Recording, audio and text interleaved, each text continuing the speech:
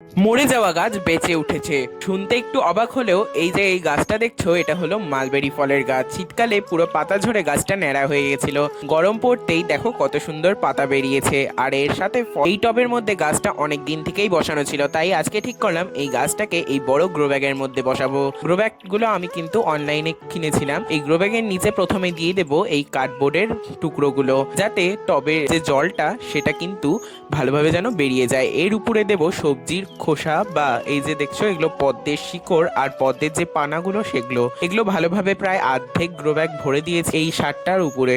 এরপরে আমি কিন্তু টবের থেকে ভালোভাবে গাছটাকে বের করে নেব, যাতে শিকড়ের কোনো ক্ষতি না হয়। আর যেহেতু পুরো শিকড় দিয়ে ভরে গিয়েছিল, তাই একটু শিকড়টাকে ছাড়িয়ে নিয়ে আমি কিন্তু গ্রো ব্যাগের মধ্যে বসিয়ে দিলাম। এরপর বাকি অংশে মাটি দিয়ে ভরে দিচ্ছি।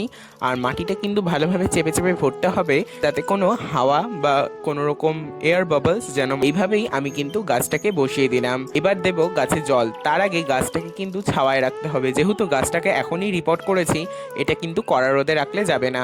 আর জলের মধ্যে আমি এখানে ফাঙ্গিসাইড জল গুলে আমি কিন্তু এখানে গাছে দিলাম। তোমাদের যদি ভিডিওটা ভালো লেগে থাকে অবশ্যই একটা লাইক, শেয়ার আর চ্যানেলটিকে সাবস্ক্রাইব করে যেও। তবে আজ চলি।